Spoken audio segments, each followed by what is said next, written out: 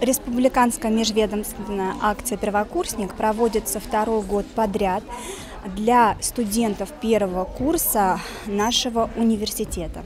Цель данной акции – это встреча с представителями различных ведомств, которые имеют отношение к такой сложной проблеме, как наркозависимость и наркопреступность.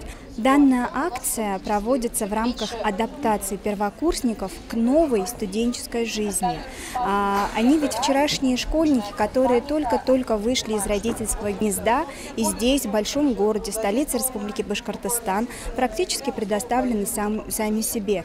Естественно, должно быть понимание, должно быть осознанное отношение к своим действиям и поступкам, и, соответственно, они должны понимать, что сейчас они уже, как взрослые люди, несут не только моральную ответственность, но еще и уголовную, и именно поэтому проводятся такие встречи. Во избежание неприятных ситуаций, во избежание поломки своей судьбы.